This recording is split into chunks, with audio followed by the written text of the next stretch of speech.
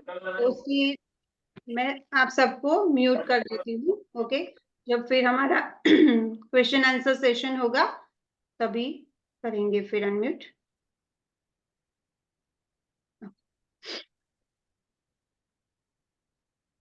Okay, तो आयुर्वेद की तीन मुख्य संहिता है, चरक संहिता, सुश्रुत संहिता एंड अष्टांग हृदय, जो वाग्भट ऋषि ने लिखी है। तो इन तीनों का मैंने आज एक छोटा सा एफर्ट किया है, मतलब कंपाइलेशन किया है कि इन तीनों में हार्ट के लिए क्या क्या बताया गया है। तो वो मैं आप सबसे शेयर करना चाहूंगी। सबसे पहले हम लेते हैं कि इनका कारण क्या है। जब हमारे आप सब जानते हैं कि आजकल ये इश्यू बहुत हो गया है। अभी छोटी छोटी उम्र में भी लोगों को हार्ट अटैक आने लगे हैं। इवन स्कूल गोइंग चिल्ड्रन में भी, कॉलेज गोइंग चिल्ड्रन में भी हार्ट इश्यू होने लगे हैं, और काफी डेथ भी हो चुकी है। इसके ऊपर सरकार ने भी काफी रिसर्च चालू किया है कि ये सब क्यों हो रहा है। तो उसके रिगार्डिंग बात करेंगे। और पहले जमाने में क्या था कि पहले 60 के अप होते थे तो कभी किसी को ही हार्ट का इश्यू रहता था। बट आज 35-40 के उम्र में ही हार्ट का इश्यू, हार्ट पेन, बीपी बढ़ जाना, लो हो जाना, वो सब होता रहता है। तो उसका कारण बन जानेंगे पहले। तो हृदय रोग के क्या क्या कारण है, इसका चरक संहिता में बताया गया है। व्यायाम तीक्ष्णाति विरेक बस्ती, चिंता भय त्रास दाती अचारा, छर्दीम संधारण कर्षणाग्नि, हृदरोग कर्तणी तथा अभिघात। इसका मतलब मैं बताती हूँ। अति व्यायाम, व्यायाम तीक्ष्ण, अति व्यायाम जब करते हैं, एक्सरसाइज हम लोग करते हैं, जो भी फिजिकल, तो वो ज्यादा हो जाती है, उसकी मात्रा ज्यादा हो जाती है तो आता है। तो अभी क्या है, लोग कोविड के बाद बहुत ज्यादा अवेयर हो चुके हैं। तो किसी भी एक्सपर्ट की एडवाइस के बिना भी लोग करने लगे हैं, जिम जाने लगे हैं। तो जिम में शुरुआत में ही एक मिनट, शुरुआत में ही इतनी ज्यादा एक्सरसाइज कर लेते हैं कि उनके शरीर में जो दोष है वो इम्बैलेंस हो जाते हैं। तो उसी के कारण भी हार्ट पे इम्पैक्ट पड़ता है। दूसरा है तीक्ष्ण आहार। तीक्ष्ण यानी कि जो हम तला हुआ खाते हैं, जंक फूड खाते हैं बहुत ही ज्यादा मात्रा में। आजकल बाहर का खाने का बहुत ही फैशन है। तो वो खाते हैं जंक फूड। तो उसी के कारण, और मसालेदार चीजें, तो वो सब भी हमारे हार्ट के लिए हानिकारक बताई गई है। अति मात्रा में विरेचन बस्ती, यानी कि पंचकर्म की बात की गई है यहाँ पे। और चिंता भय त्रास, चिंता, चिंता यानी कि हाँ, स्ट्रेस, टेंशन, डर लगना, किसी की भी चीज का डर लगता है तो भी उसका डायरेक्ट इफेक्ट हार्ट पे आता है। त्रास यानी कि कोई मेंटली डिप्रेस है, एंजाइटी है, तो वो भी एक कारण है हार्ट इश्यू का।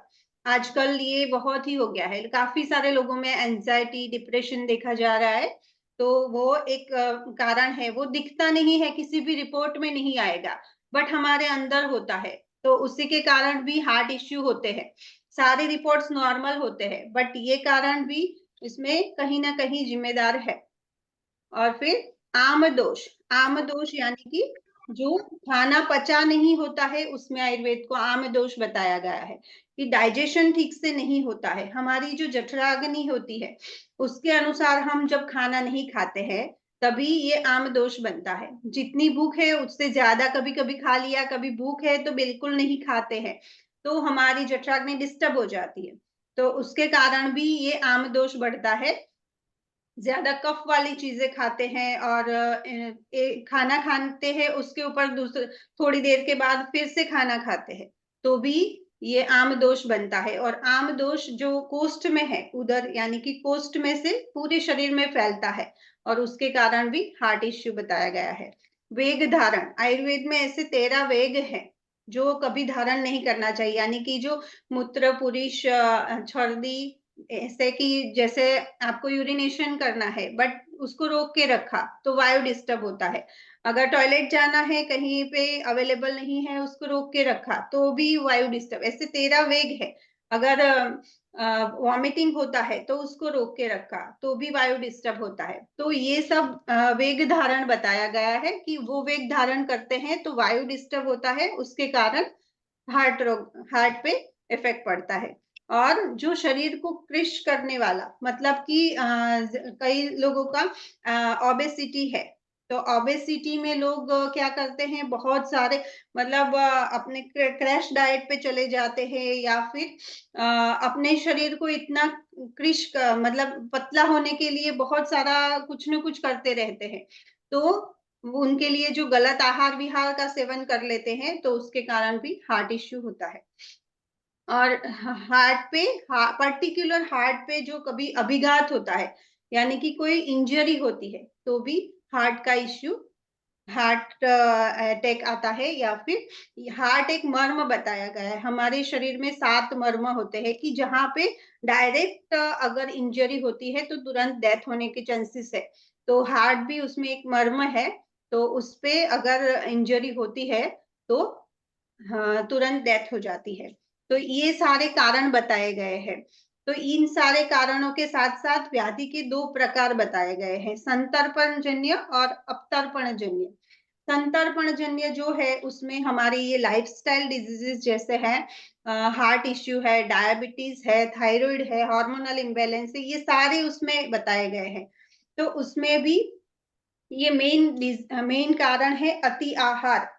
आजकल मेन कारण ही है यही है कि अति आहार करना और मेंटली डिस्टर्ब रहना। 2 मेन चीजें हैं कि हमारे हार्ट पे इफेक्ट जो हो रहा है वो ज्यादा हो रहा है। तो उसका क्या उपाय करेंगे? तो उसके लिए बताया गया है कि डाइट, हार्ट के लिए जो हेल्दी डाइट है वो भी बताया गया है कि कौन से फ्रूट उसमें ले सकते हैं, कौन से धान्य ले सकते हैं, कौन से फल, सब्जी, दाल, चावल जो भी ले सकते हैं, उसका डिटेल में वर्णन दिया गया है कि ये चीजें खाएंगे तो जो अगर हार्ट इश्यू है तो हेल्दी रहेंगे, अगर नहीं है तो भी आप उसका फॉलो करेंगे तो आपको फायदा मिलेगा। तो डाइट में हम देखेंगे क्या क्या है। तो डाइट में है फ्रूट्स। तो फ्रूट्स में कौन से फ्रूट लेने बताए गए हैं? वैसे तो सारे फ्रूट्स अच्छे ही हैं, उसमें कोई प्रॉब्लम नहीं है, अगर सीजनल फ्रूट लेते हैं तो फायदा ही करेंगे। बट स्पेशली हार्ट के लिए जो रुद्य बताए गए हैं कि हार्ट के लिए हितकर फ्रूट कौन से है, तो उसमें खट्टा रस जो होता है वो हार्ट के लिए बहुत ही फायदेमंद है। खट्टे रस में भी जो खट्टे फल होते हैं, अनार है, आंवला है, फालसा है, बेर है और आम की सीजन में आम और केला, ये सारे फ्रूट हार्ट के लिए हेल्दी बताए गए हैं। खट्टा रस क्यों बताया गया है? क्योंकि हार्ट में साधक पित्त माना गया है। हमारे शरीर में जो वायु है वो 5 प्रकार के हैं, पित्त है 5 प्रकार के और कफ 5 प्रकार के। तो प्राण वायु है वो हृदय में रहता है, साधक पित्त हृदय में रहता है और अवलंबक कफ, तो तीनों दोष रहते हैं हमारे हृदय में। तो उसमें जो साधक पित्त बताया गया है, वो साधक पित्त, ये खट्टे फल हम जब लेते हैं तो वो साधक पित्त अपना कार्य ठीक से कर पाता है और हार्ट को हेल्दी रखता है।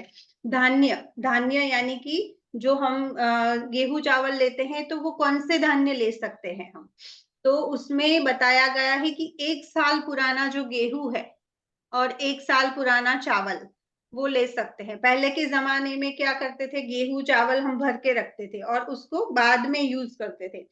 तो वो इतना ज़्यादा हमारे शरीर में जो क्लेद है वो नहीं पैदा करता है, वो ईज़िली सुपाच्य रहता है, लघु बताया गया है, डाइजेशन में ईज़ी हो जाता है। जैसे ही अनाज पुराना होता है, वो उसका डाइजेशन बहुत ही जल्दी हो जाता है। नया धान्य है उससे ज्यादा कफ बनता है, वो डाइजेशन में हैवी होता है। इसीलिए यहाँ पे स्पष्ट बताया गया है कि पुराना गेहूं और पुराना चावल।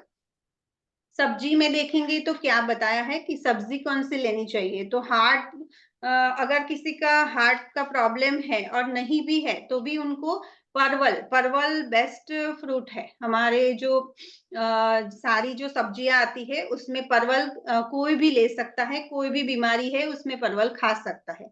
और दूसरा है करेला, करेला भी हार्ट के लिए बहुत ही हेल्दी माना गया है।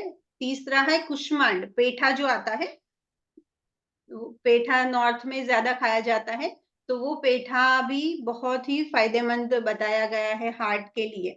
और दूसरा है हरा धनिया, अभी विंटर सीजन है, हरा धनिया बहुत ही आता है, तो वो आप खा सकते हैं चटनी बना के। जैसे भी आप उसको जितना ज्यादा यूज करेंगे तो वो हार्ट के लिए बहुत ही अच्छा बताया गया है। लहसुन, लहसुन आप सब जानते हैं कि कोलेस्ट्रॉल को कम करता है।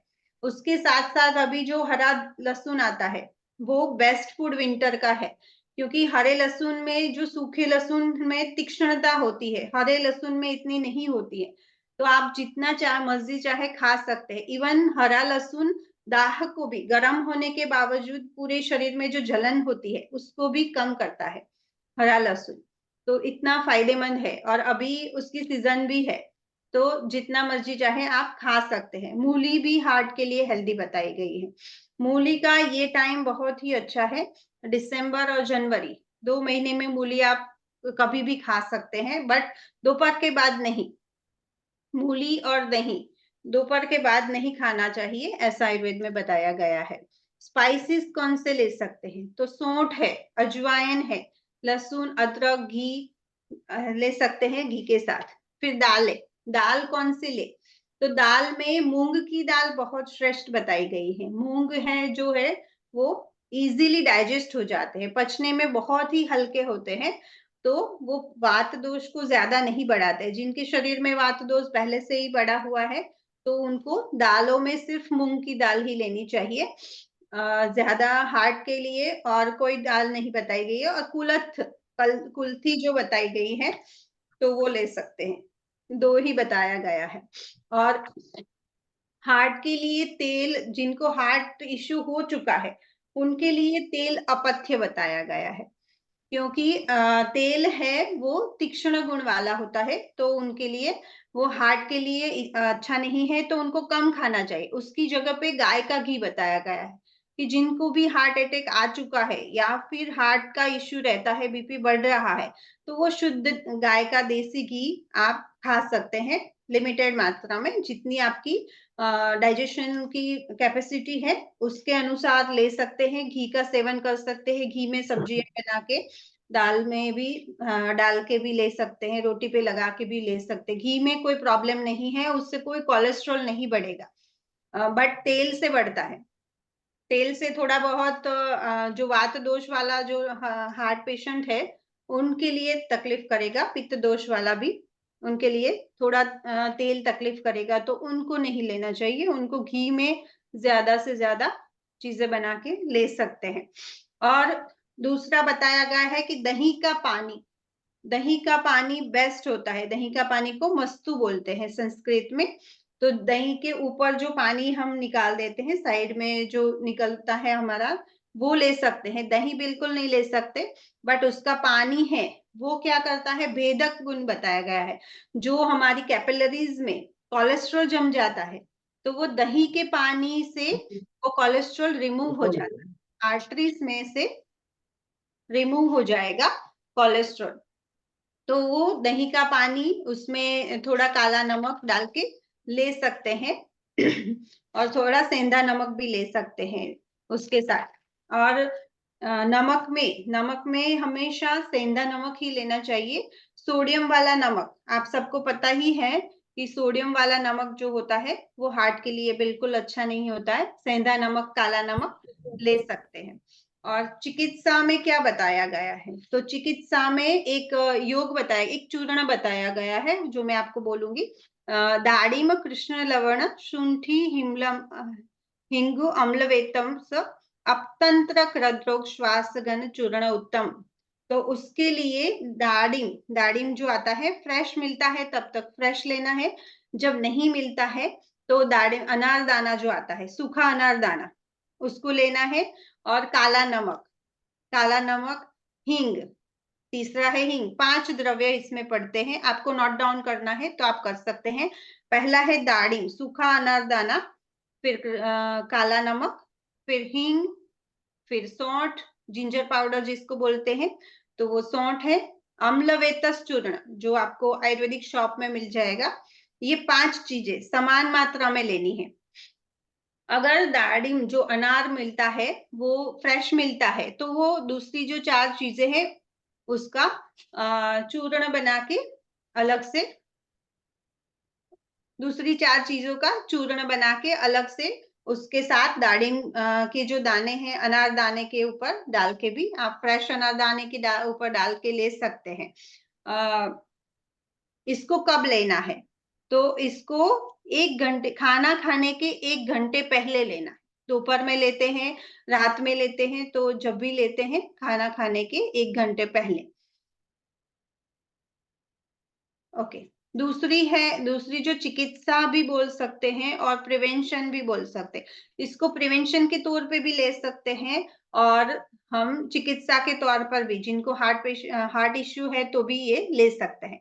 और दूसरा है हार्ट के लिए बहुत ही अच्छा वृक्ष माना गया है अर्जुन। अर्जुन की छाल ये बहुत बेस्ट टॉनिक बताया गया है हार्ट के लिए। जो भी कोई हार्ट पेशेंट है उनको अर्जुन की छाल का यूज अगर रेगुलरली करे तो उनकी काफी सारे हद तक जो एलोपैथी मेडिसिन भी लेते हैं तो वो मेडिसिन भी उनको रिड्यूस होने लगती है और धीरे धीरे कम भी होने बिल्कुल बंद भी हो सकती है अगर ज्यादा बीपी बढ़ा हुआ नहीं है। शुरुआत के टाइम इनिशियल स्टेज है तो भी ये अर्जुन की छाल ले सकते हैं। अर्जुन की छाल रुद्य बताई गई है, कफ पित्त शामक बताई गई है और वात दोष को भी शमन करती है। एंटीऑक्सीडेंट है अर्जुन, उसमें हाईली अल्कलाइन है। हमारा हार्ट देखिए, हार्ट इश्यू क्यों आते हैं? क्योंकि रक्त में जो पित्त बढ़ता है, रक्त में जो उष्णता बढ़ती है उसी के कारण हार्ट इश्यू बढ़ता है। तो पित्त दोष को कम करने के लिए अर्जुन से बेहतर कोई भी नहीं है। अर्जुन की छाल का जो पाउडर है वो भी ले सकते हैं, काढ़ा बना के ले सकते हैं। ये एक हार्ट के लिए टॉनिक भी है, पीएच को बैलेंस रखता है। हमारे शरीर का जो पीएच है उसको बैलेंस रखता है। यहाँ तक कि स्किन प्रॉब्लम है तो भी ये अर्जुन दूर कर सकता है। इतना इसका प्रभाव है और इतना इसका फायदेमंद है। इसको 2 तरह से लिया जाता है। कफ विकार है मतलब कफ दोष जिनका ज्यादा है, क्योंकि सारे देखिए सब लोगों की प्रकृति एक जैसी नहीं होती है। किसी में वात दोष ज्यादा है, किसी में पित्त है, कफ है और किसी में दो दोष का ज्यादा कॉम्बिनेशन मिलता है। हर एक का बॉडी टाइप अलग है। तो जिनको कफ है, बार बार सर्दी होती है, तो उनके लिए ये काढ़ा बना के पिया जाता है। तो इससे कैसे लेना है? देखिए अर्जुन की छाल मिलती है, ऑनलाइन भी अभी तो मिलती है और फिर आयुर्वेदिक शॉप पे भी मिल जाएगी आपको। उसको थोड़ा सा कूट लेना है, कोसली पाउडर बनाना है, फाइन पाउडर नहीं बनाना है। तो कोसली पाउडर बना के उसको 1 से 2 चम्मच, 1 चम्मच भी डालेंगे 2 कप पानी में, तो फिर उबालना है, अच्छे से उबल जाए और 1 कप पानी बाकी रहे तब छान के उसको सुबह खाली पेट पीना है। खाली पेट एम्प्टी स्टमक। जिनको कफ रहता है, सर्दी बार-बार होती है उनके लिए, और जिनको वात और पित्त है तो उनके लिए अर्जुन क्षीरपाक बताया गया है कि अर्जुन की चाय, एक तौर पे ऐसे चाय ही होती है कि वो अर्जुन डाल के चाय के जैसे ही बनती है। तो उसमें क्या बताया गया है कि अर्जुन का भरड़ लेना है, जो हमने कोसली पाउडर किया है वो 1 चम्मच लेना है और उसे 1 ग्लास पानी में सॉरी 2 कप दूध में 2 कप पानी डालना है। जब पानी बिल्कुल ही बॉयल हो जाए, सिर्फ दूध बाकी रहे, तभी उसको छान के उसमें आप मिश्री मिला सकते हो, इलायची मिला सकते हो, चाय में जो जो मसाले पड़ते हैं वो मिला के चाय की तरह ये मॉर्निंग में आप खाली पेट पी सकते हैं, इवनिंग में भी पी सकते हैं। ये बहुत ही फायदेमंद है। अगर हार्ट पेशेंट है तो वो अर्जुन टैबलेट भी ले सकते हैं। रेडीमेड टैबलेट भी आती है, अर्जुना रिस्ट भी आता है। वो थोड़ा स्ट्रांग होता है तो वो आयुर्वेदिक चिकित्सक की सलाह के अनुसार अपने बॉडी टाइप के अनुसार ही लेना चाहिए। बट रेगुलर में अगर आपको यूज करना है, हार्ट हेल्दी रखना है, तो अर्जुन क्षीरपाक बेस्ट उपाय है। वो आप रेगुलर ले सकते हैं, हफ्ते में 2-3 बार भी ले सकते हैं। ऐसा नहीं कि हर रोज नहीं है पसंद है तो 2-3 बार भी ले सकते हैं। और अभी नवंबर, दिसंबर और जनवरी तीनों जो मंथ है, उसी मंथ में हमारा वात दोष भी ज्यादा बढ़ता है। तो इन 3 मंथ में अगर हम ये काढ़ा या फिर क्षीरपाक लेते हैं तो पूरे साल भर हमारा हार्ट हेल्दी रहता है। इन तीनों में ये इस टाइम पे हेमंत ऋतु चल रही है, तो इस टाइम पे क्या होता है कि वात दोष ज्यादा बढ़ जाता है, शरीर में रुक्षता आती है, ठंडा पवन लगता है, तो भी हमारे जॉइंट्स में पेन होने लगता है, पूरे शरीर में पेन होता है, अकड़न जकड़न, मतलब ब्लड सर्कुलेशन ठीक से नहीं होता है। तो ये सभी चीजों में अर्जुन का क्षीरपाक या अर्जुन का जो काढ़ा बना के लेते हैं, तो वो बहुत ही फायदेमंद होता है। दूसरा बताया गया है रसोन क्षीरपाक। लहसुन, जो लहसुन होता है, जो सूखा लहसुन होता है, उसका क्षीरपाक बताया गया है। उसके क्या गुण है? तो उसका गुण है दीपन, पाचन और अनुलोमन, यानी कि हमारी जठराग्नि बढ़ाएगा, फूड को डाइजेशन करेगा। अनुलोमन, वायु का जो नीचे की तरफ गति है, कभी कभी क्या होता है कि कभी कभी बहुत ब्लोटिंग होती है, गैस होती है, तो वायु ऊपर की तरफ चढ़ती है, तो वो हार्ट को ज्यादा प्रेशराइज करती है, तो उसका अनुलोमन करती है, वायु का अनुलोमन करती है, इसीलिए रसोन क्षीरपाक उसमें बेस्ट है। और लीवर टॉनिक भी है, अगर लहसुन को आप दूध में क्षीरपाक की तरह बना के आप लेते हैं, तो वो बहुत ही अच्छा लीवर टॉनिक है, कोलेस्ट्रॉल रिड्यूस करता है। तो उसको कैसे लेना है? तो दूध लेना है 80 ml, 80 ml के करीब आपको दूध लेना है, लहसुन लेना है 10 ग्राम, और पानी लेना है 80 ml, जितना दूध लिया उतना पानी, और उसमें उसके अंदर 10 ग्राम के करीब आप डाल देना है, और उबालना है, जितना कितना उबालना है, जितना सिर्फ दूध बच जाए, पानी पूरा बॉईल हो जाए, और फिर दूध बचने के बाद उसको छान कर पीना है। उसकी मात्रा है 20 ml तक आप पी सकते हैं। 80 ml है तो 4 लोगों के लिए इनफ हो जाता है। अगर 2 लोग के लिए बनाते हैं तो इसकी मात्रा 40-40 ml पानी और दूध और 5 ग्राम लहसुन, इतना बना सकते हैं। तो 10 या 20 ml तक आप ले सकते हैं, मॉर्निंग में भी ले सकते हैं, इवनिंग में भी ले सकते हैं। अगर वातज हृद रोग है, वायु बहुत ज्यादा बढ़ गया है और हार्ट का पेशेंट है, तो उनको दही का पानी सिंधव के साथ तिल तेल मिला के लेना है। तल का तेल, जो तिल का तेल आता है, कच्ची घानी का तिल का तेल, कोल्ड प्रेस आता है, तो वो 1-2 चम्मच तिल का तेल, एक चुटकी सेंधा नमक और दही का पानी, 10 या 20 ml जितना, 1 कप दही का पानी ले सकते हैं। और दूसरा क्या बताया है कि व्यायाम, व्यायाम को हमारी लाइफस्टाइल में जरूर शामिल करना चाहिए। व्यायाम यानी कि एक्सरसाइज नहीं है, आयुर्वेद में कभी एक्सरसाइज नहीं बताई, बट योग का बताया गया है कि योग को अपने लाइफस्टाइल में शामिल करें। हर रोज आप योग करेंगे तो आप बिना मेडिसिन भी बहुत हेल्दी रह पाएंगे। अब ये आपकी लाइफस्टाइल का हिस्सा होना चाहिए कि आपके हर दिन में, हाँ, आधा घंटा भी आपको करना चाहिए योग या कोई भी फिजिकल एक्टिविटीज। जब आप करते हैं तो आपका हार्ट डेफिनेटली हेल्दी रहता है। और अब बात करते हैं कि वात दोष, मेनली यहाँ पे बताया गया है कि वात दोष से ही सारा प्रॉब्लम रहता है। हार्ट इश्यू है तो भी वात दोष, क्योंकि मेन बात बताया गया है, बाकी सारे दोष और धातु वो सब बाद में बिगड़ते हैं। जब आपका वात दोष विकृत होता है तो वो पित्त कफ को विकृत करता है, और फिर धातुओं को बिगाड़ता है, और आगे आगे प्रॉब्लम शुरू हो जाती है। और दूसरा बताया गया है कि रोगा सर्वे अपि मंदेग्नो सुतराम उदराणी च, मतलब कि सर्व रोग है, जो भी रोग होता है वो मंदाग्नि से शुरू होता है, उदर से स्टार्ट होता है, मतलब कि हमारा जो स्टमक है वहीं से काफी सारे रोग स्टार्ट होते हैं। अगर हमारा स्टमक ठीक से काम करता है, हमारी जठराग्नि सही है, डाइजेशन ठीक से है, तो हमें कोई इश्यू नहीं होगा। पहले से ही जिनको भी हार्ट इश्यू है उनका डाइजेशन बिल्कुल बिगड़ा हुआ होता ही है, उसके कारण ही हार्ट इश्यू होते हैं। देखिए, जिनको कॉन्स्टिपेशन है तो उनका अपान वायु, वायु के 5 प्रकार है, उसमें पेट में समान वायु और आंतों में अपान वायु, स्पेशली बिग इंटेस्टाइन, बड़ी आंत जो होती है उसमें अपान वायु होता है।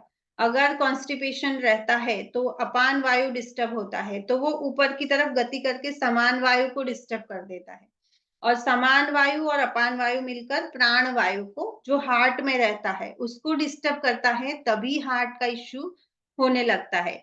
आजकल काफ़ी लोगों को ब्लॉटिंग का प्रॉब्लम है, एसिडिटी का प्रॉब्लम है, तो वो उसका मूल कारण वही है कि आपका डाइजेशन ठीक से नहीं होता है। एसिडिटी होती है तो गोली खा लेते हैं, बट जो मेन रीज़न है, निदान परिवर्जन बताया गया है कि जो कारण है उसको ही दूर करेंगे, तो मूल से ही ये सब प्रॉब्लम दूर हो जाएगी। तो उसके लिए क्या करें?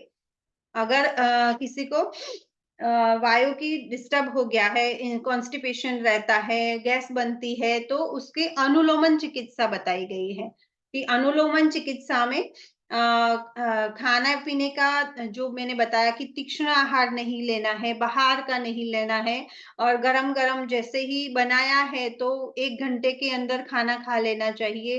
फ्रिज का ठंडा पानी बिल्कुल नहीं पीना चाहिए। वार्म वाटर हमारे शरीर का जो टेम्परेचर है 37 डिग्री उसके आसपास का पानी हम पीते हैं तो हमारा डाइजेशन इम्प्रूव होता है और इसका एक कारण यही भी है कि रात्रि जागरण निषेध बताया गया है। आजकल ये बहुत हो गया है कि रात को देर तक जागते हैं फिर सुबह लेट उठते हैं और उसके कारण भी वात दोष डिस्टर्ब होता है और ये हार्ट इश्यू का प्रॉब्लम रहता है। नींद पूरी नहीं होती है। अगर रात में जागते हैं, दिन में फिर काम करते हैं, तो पूरी नींद नहीं होगी, तो हमारा हार्ट भी हेल्दी नहीं रहेगा। उसको भी थोड़ा स्ट्रेस रहेगा और ये सब चीज़ें आगे जाके ज़्यादा से ज़्यादा हो जाएगी। अभी देखेंगे अपान वायु को कैसे हम करें। अपान वायु अगर डिस्टर्ब होता है, तो सिर्फ हार्ट डिस्टर्ब नहीं होता है, हमारे सारे जॉइंट्स, हमारे कमर से निचला हिस्सा जो भी है उसमें प्रॉब्लम रहता है, घुटनों में दर्द रहता है, छोटे-छोटे जॉइंट्स में अकड़न-जकड़न आ जाती है। चलने-फिरने में, कमर में दर्द रहता है, तो ये सब वायु का कारण बताया गया है। वायु इसमें मेनली इन्वॉल्व है। तो वायु को ठीक कैसे करना है, तो उसके लिए 2 चिकित्सा बताई गई है। कोई भी रोग है उसमें 2 चिकित्सा, शमन चिकित्सा और शोधन चिकित्सा। अगर दोष कम है, शुरुआत में दर्द है तो शमन चिकित्सा कर सकते हैं, बट दोष ज़्यादा बढ़ जाता है, बहुत पुरानी कब्ज़ है, तो उसके लिए शोधन चिकित्सा यानी कि जो पंचकर्म हम बोलते हैं, वो बताया गया है कि बहुत सारे दोष बढ़ गए हैं, कहीं पे से भी शमन चिकित्सा से फ़ायदा नहीं होता है, तो शोधन चिकित्सा में हर एक दोष के लिए, कफ दोष के लिए वमन, पित्त दोष के लिए विरेचन, वात दोष के लिए बस्ति और नस्य और रक्त मोक्षण, ये सारे 5 कर्म बताए गए हैं पंचकर्म में। तो शमन चिकित्सा हम घर पे कर सकते हैं, बट पंचकर्म तो किसी एक्सपर्ट के सुपरविज़न में ही करना चाहिए। बट उसमें भी अष्टांग हृदय में वाग्भट ऋषि ने बताया गया है कि कुछ नस्य है, तो आप नस्य घर पे हर रोज कर सकते हैं। बस्ती में मात्रा बस्ती भी आप चिकित्सक की सलाह से घर पे कर सकते हैं। तो मैं आज उसका बात करूंगी कि कैसे कर सकते हैं। नस्य है, नस्य यानी कि नाक में तेल डालना। उसके लिए काफ़ी सारे तेल आते हैं।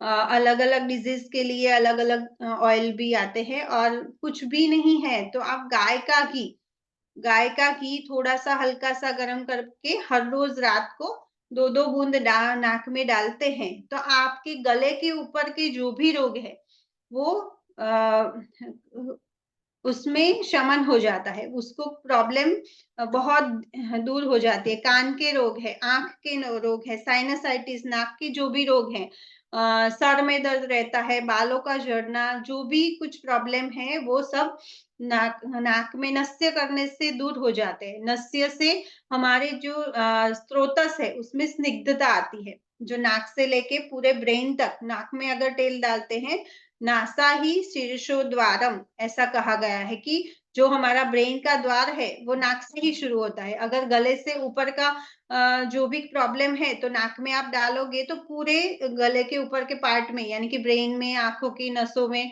कान में, सभी में वो इफ़ेक्ट करेगा।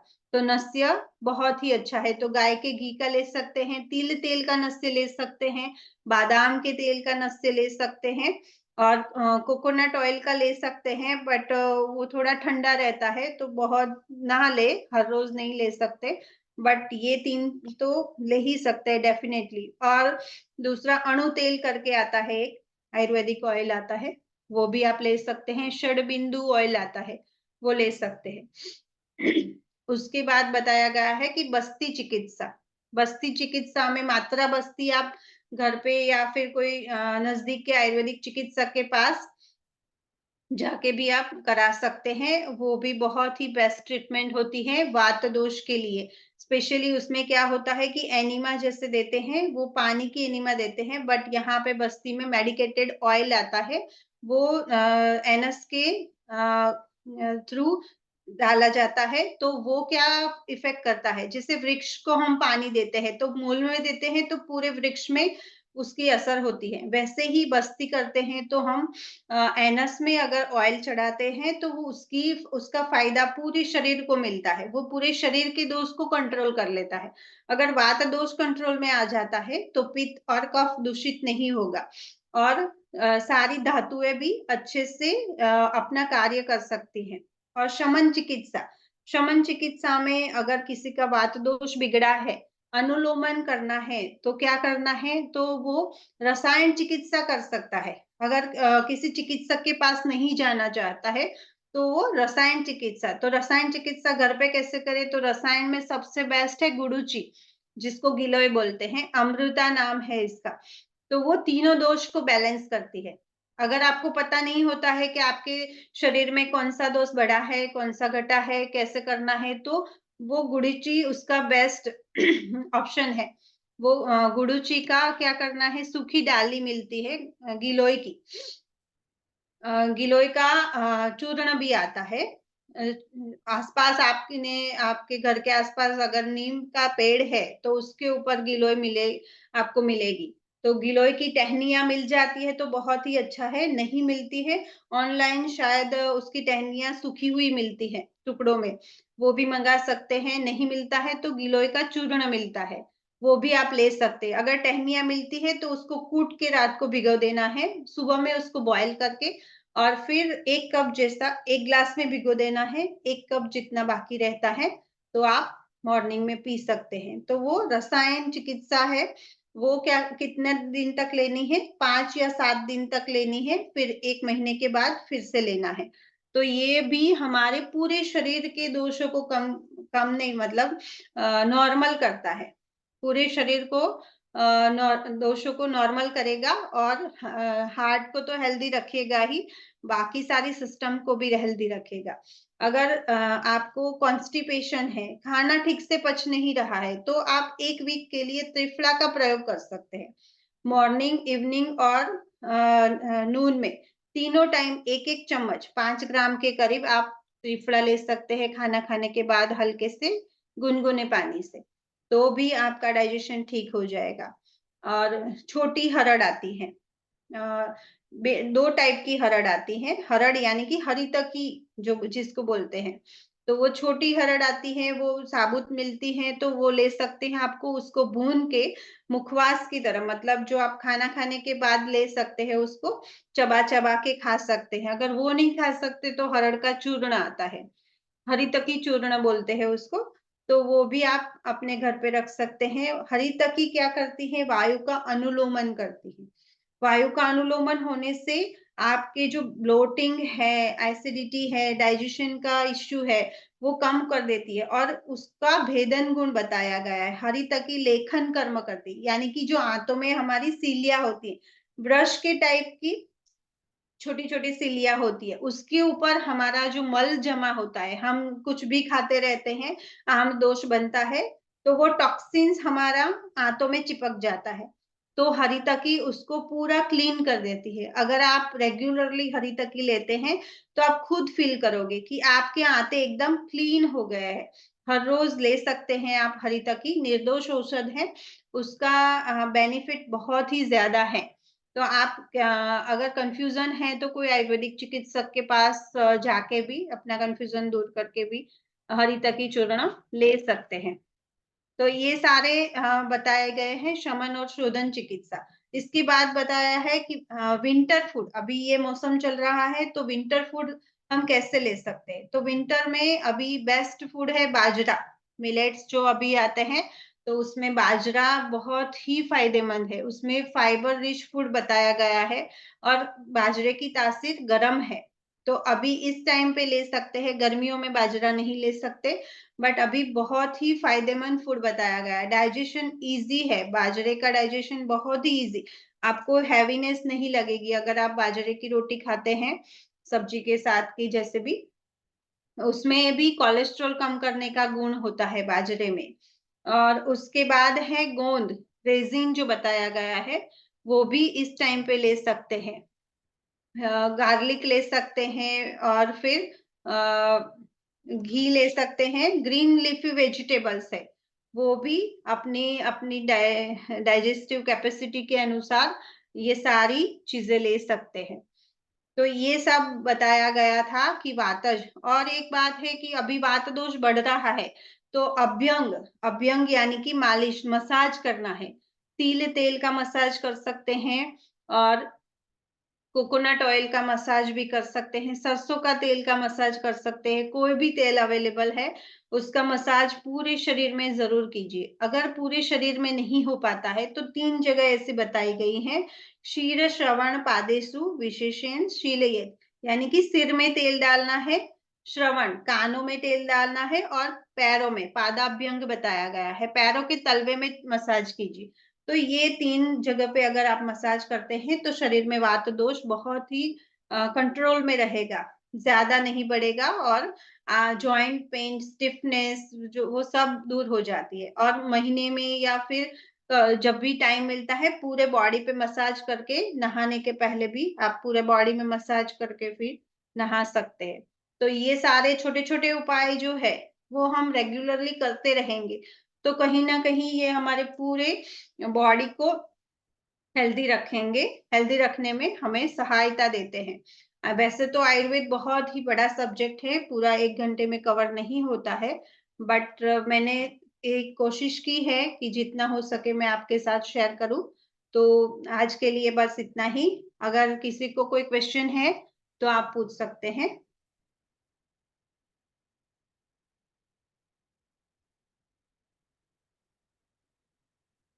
आप अपने आप को अनम्यूट करके क्वेश्चन पूछ सकते हैं।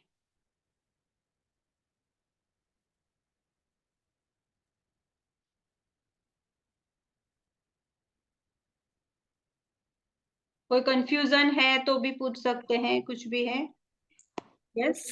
फूड का टाइमिंग्स क्या है? What are the timings generally suitable for? हाँ, कोई भी फूड लेना है तो अपने हिसाब से लेना है, मतलब अपनी भूख के हिसाब से, जब भूख लगती है तभी आपको फूड लेना है, ऐसा कोई पर्टिकुलर टाइम नहीं है। अगर आपने रात में जल्दी लेना है, रात में सन सेट के पहले ही जब ले सकते हैं आप, 7 बजे 7:30 बजे के पहले अगर आप डिनर कर लेते हैं तो वो बहुत ही बेस्ट माना गया है, क्योंकि लेट नाइट जितना खाना खाते हैं तो वो डाइजेस्ट इतना नहीं होता है जल्दी, जितनी सनलाइट में डाइजेशन हमारे जठराग्नि जो ज्यादा रहती है वो रात में नहीं रहती है। इसीलिए 7 साढ़े 7 बजे, बहुत ज्यादा है तो 8 बजे तक आप डिनर कर लीजिए। उसके बाद जो डिनर करना है, कभी करना पड़ेगा तो बहुत लाइट फूड खाइए।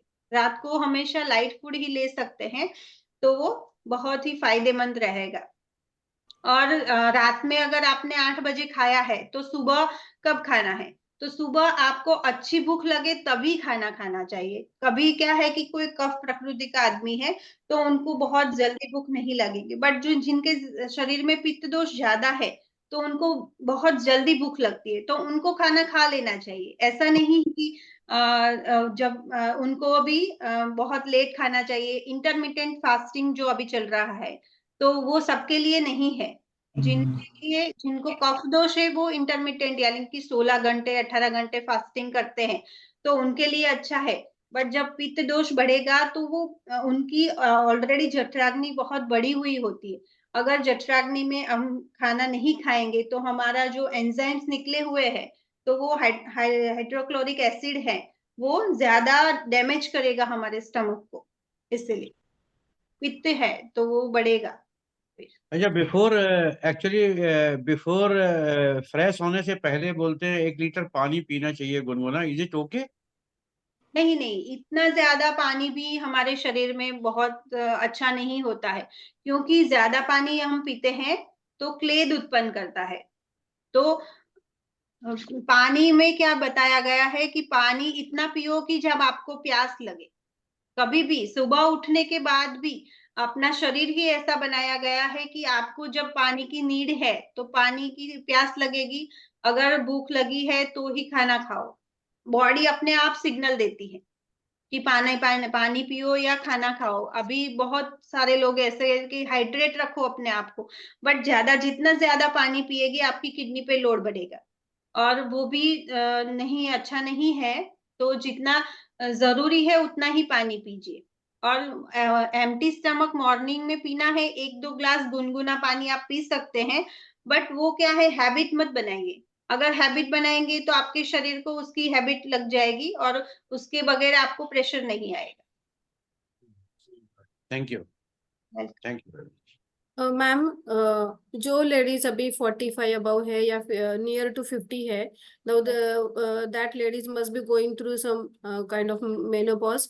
तो ये Yes. जो मेनोपॉज में भी बहुत सारे सिम्टम्स ऐसे होते हैं जिसमें आपको अचानक से थोड़ा सा घबराहट होगी, कभी हाँ, कभी तो उसके लिए उसका कनेक्शन हार्ट अटैक का कुछ, मतलब मेनोपॉज में भी काफी सारे हार्मोन इम्बैलेंस होता है, तो yes. उसमें भी उसकी वजह से लेडीज में हार्ट अटैक का इशू होता है क्या? हाँ, हो सकता है डेफिनेटली, क्योंकि मेनोपॉज के टाइम क्या होता है, हार्मोनल इम्बैलेंस जो है, हॉट फ्लशेस आते हैं, हृदय की धड़कन अचानक तेज हो जाती है। तो उस टाइम पे भी हमारा शरीर कैसा है उसके ऊपर हमारी हार्ट का इश्यू हो सकता है। सब में हो सकता है ऐसा नहीं है, बट उस टाइम पे जो वात दोष बढ़ता है, जनरली सब में, लेडीज है या जेंट्स है, 40 के बाद वात दोष बढ़ता ही है। तो वो उसको अगर कंट्रोल में रखेंगे, सारे तीनों दोष कंट्रोल में होंगे, आपकी जठराग्नि सही है, तो आपको ये इश्यू कम हो जाएगा। वैसे तो ये सारे इश्यू हार्मोनल इम्बैलेंस तो बहुत सारे, मतलब सारी लेडीज में होंगे ही, बट जो अगर उसका बॉडी सिस्टम सही है तो वो कम इफेक्ट करेगा। हाँ, हार्ट अटैक हेरिडिटरी हो सकता है क्या? यस, हेरिडिटरी होता है। हो सकता है, तो उनको पहले से ही प्रिकॉशन लेना शुरू करना चाहिए। How do we know our body type? या पित्त है या हाँ, कफ? How do we वो प्रकृति, कॉन्स्टिट्यूशन होता है हमारा, वात प्रकृति, पित्त प्रकृति, कफ प्रकृति, उसका बहुत मतलब बड़ा सब्जेक्ट है, तो उसके ऊपर भी कभी बात करेंगे, ठीक है, क्योंकि उसके टाइम लगेगा। उसके जो लक्षण बताए गए हैं कि एक दोष है तो उसके सारे लक्षण हैं, तो वो सब। कोई बेसिक टेस्ट हो सकते हैं क्या कि मुझे कितना पॉसिबिलिटी है या किसी भी पर्सन को कि हार्ट अटैक पॉसिबिलिटी टेस्ट वगैरह ऐसा कुछ होता है क्या? ये तो अभी है ना, लिपिड प्रोफाइल टेस्ट जो लिपिड। करवाते हाँ। हैं, वो भी आप करवा सकते हैं, उसके ऊपर भी आप जा सकते हैं।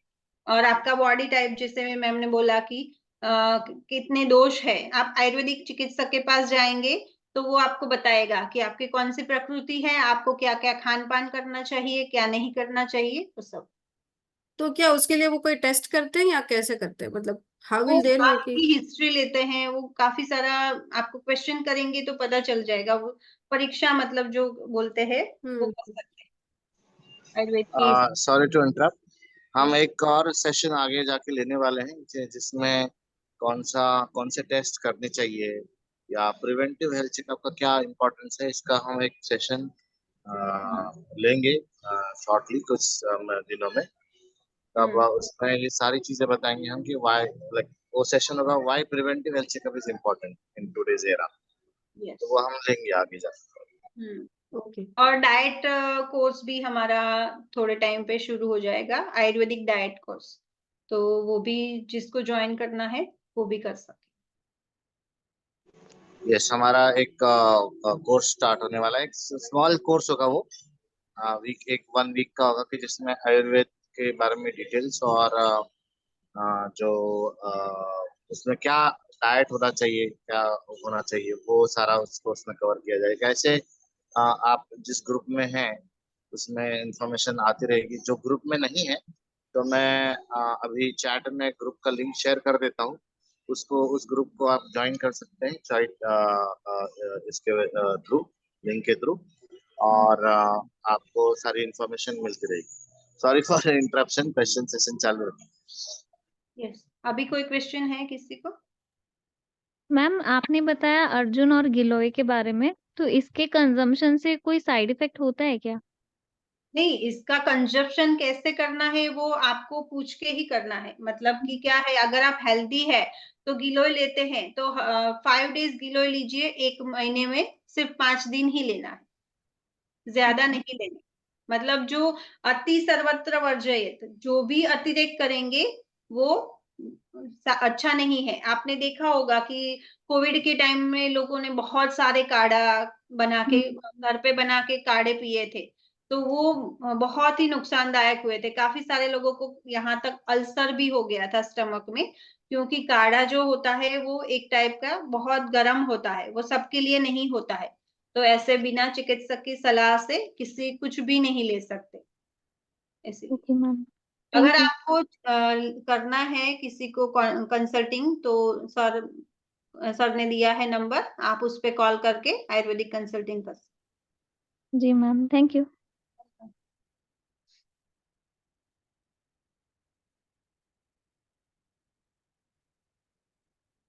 ओके, अभी कोई किसी को क्वेश्चन नहीं है?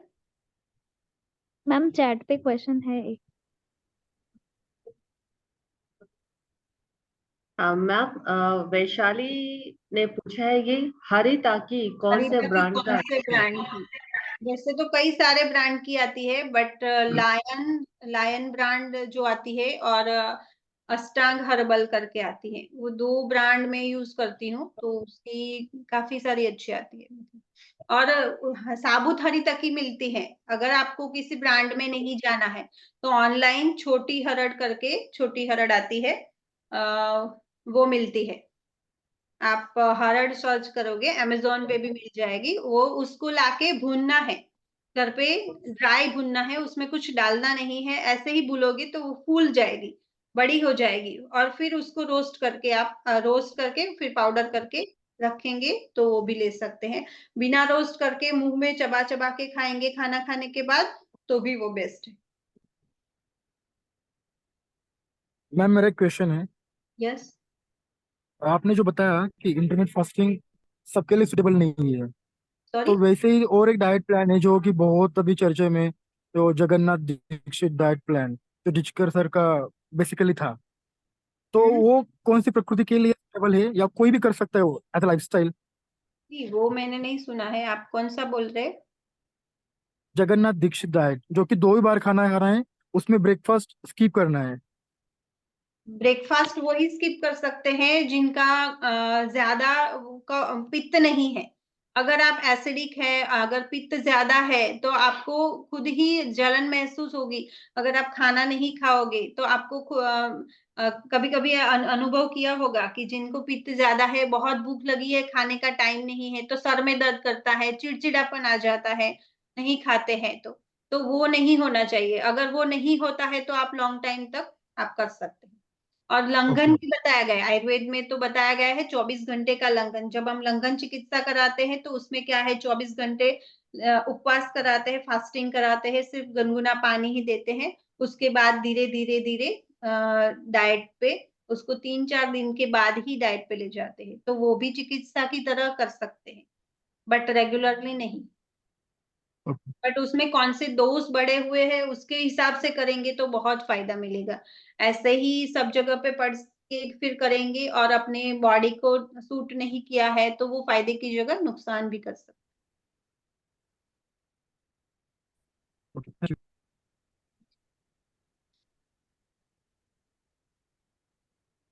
विजय बूथ सर ने थैंक यू बोला आपको मैम, तो sharing this welcome. Information regarding. Yes yes. और हाँ, बस्ती जो चिकित्सा मैंने बोला, मात्रा बस्ती, उसके पाउच आते हैं। मैं आपको दिखाती हूँ एक पाउच, अगर आपको चाहिए तो सेंटर पे मिल जाएगा।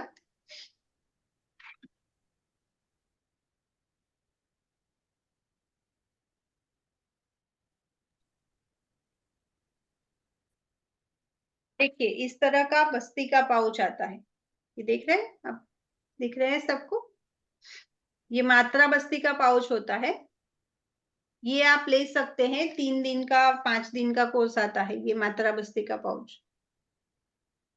तो जो पूना में है, उनके लिए रिच हेरिटेज योगा में मिल जाएगा ये। और कैसे करना है वो सब फिर बाद में बताएंगे। ओके, किसी ने पूछा है ना? नहीं, ओके। और कोई क्वेश्चन?